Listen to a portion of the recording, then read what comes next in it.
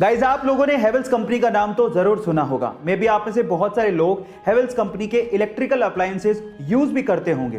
लेकिन मजेदार बात यह है कि बहुत सारे इंडियंस सिर्फ हेवल्स कंपनी के नाम की वजह से इसे एक फॉरेन कंपनी मानते हैं, जबकि ऐसा है नहीं। ये एक प्योरली इंडियन कंपनी है जिसका नाम इसके पहले ओनर हवेली राम गुप्ता के नाम पे रखा गया है, जिन्होंने इस कंपनी को उस समय मात्र 10 लाख रुपए में बेच दिया था। और आज ये कंपनी एक पब्लिक लिस्टेड कंपनी है जिसकी इवैल्यूएशन 5000 करोड़ रुपए की है, जिसमें लगभग 6000 लोग 50 अलग अलग देशों में काम करते हैं। है ना ये इंटरेस्टिंग फैक्ट। कोका कोला एक ऐसी ड्रिंक जो पूरी दुनिया में बहुत ज्यादा फेमस है। पूरी दुनिया के ऑलमोस्ट हर एक कोने में आप इसे खरीद कर पी सकते हैं। लेकिन पूरी दुनिया के 2 ऐसे देश हैं जहां पर कोका कोला ऑफिशियली नहीं बिकती। पर सवाल यह है कि वो कौन से देश हैं। डोंट वरी, मैं आपको बताता हूं। उन देशों के नाम है नॉर्थ कोरिया एंड क्यूबा। अब नॉर्थ कोरिया या क्यूबा का नाम सुन के शायद आप ये सोच रहे होंगे कि वहां के तानाशाही की वजह से ये ड्रिंक्स वहां पे नहीं बिकती होंगी, लेकिन ऐसा नहीं है। यूएस ने खुद ने ही इन दोनों देशों पे ट्रेडिंग के प्रतिबंध लगा रखे हैं। हालांकि अनऑफिशियली ये देश मैक्सिको और चाइना से, जो कि इनके नेबरिंग देश है, वहां से एक्सपोर्ट करके कोका कोला को मंगवाते हैं। यानी कि महंगे दामों में आप वहां पे कोका कोला का सिप का मजा अनऑफिशियली ले सकते हैं, लेकिन ऑफिशियली नहीं। लंदन में बहुत सारे वैज्ञानिकों के बीच में एक भारतीय वैज्ञानिक इस चीज को सिद्ध करना चाहता था कि धातुओं में भी प्राण होते हैं।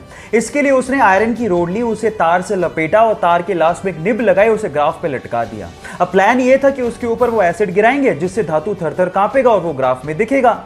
अब जो बोतल उन्हें पकड़ाई गई थी, जैसे ही उन्होंने वो बोतल उड़ेली, धातु पे कोई फर्क ही नहीं पड़ा। सारे वैज्ञानिक हंसने लगे कि ये पॉसिबल थोड़ी है, धातु में प्राण कहां होते हैं। तो उसके बाद उन्होंने वो बोतल उठाई और वो गट-गट करके पी गए, क्योंकि उन्हें पता था कि किसी ने धोखे से एसिड को बदल दिया गया है। बाद में पियोन ने माफी मांगी और उन्हें ओरिजिनल एसिड की बोतल दी गई और बाद में उन्होंने वो एसिड धातु पे गिराया और वो सारा प्रभाव ग्राफ पे दिखा और ये सिद्ध हो गया कि धातु में भी प्राण होता है। जी हां, मैं बात कर रहा हूं जगदीश चंद्र बसु की, और ये बात है 1911 की। बात अजीब है लेकिन सच है। गाइस, ऐसी बहुत सारी चीजें हैं जो कि इंडिया ने ही पूरी दुनिया को दी हैं और हम में से बहुत सारे इंडियंस उनके बारे में जानते तक नहीं हैं। और उसमें से एक है स्टील। जी हां गाइस, स्टील इंडिया ने ही दुनिया को दिया। इनफैक्ट 326 बीसी से इंडिया में स्टील का उत्पादन और इस्तेमाल होते आया है। क्या है स्टील?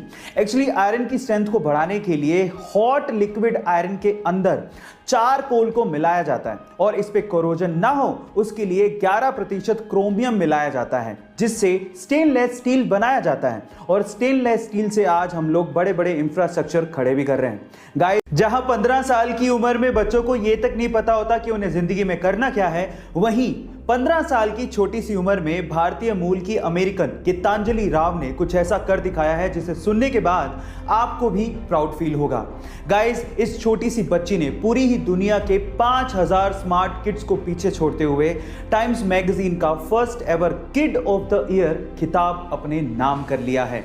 इतना ही नहीं, इस बच्ची ने टाइम्स मैगजीन के कवर पेज पे अपनी जगह बनाई है। और इस सुपर किड का इंटरव्यू खुद हॉलीवुड अभिनेत्री एंजेलिना जोली ने लिया है। गाइस, इतनी छोटी सी उम्र में ये बच्ची एक साइंटिस्ट और एक इन्वेंटर है और इसने हाल ही में एक ऐप डेवलप किया है जो आपको साइबर बुलिंग से बचाता है। सो गाइस, इस सुपर किड के लिए एक हार्ट तो बनता है। ऐसे ही अमेजिंग वीडियोस के लिए आप YouTube पे हमारे चैनल को सब्सक्राइब कर लीजिए और अगर आप Instagram पे देख रहे हैं तो मुझे फॉलो करना मत भूलिएगा। मिलते हैं अगली वीडियो में।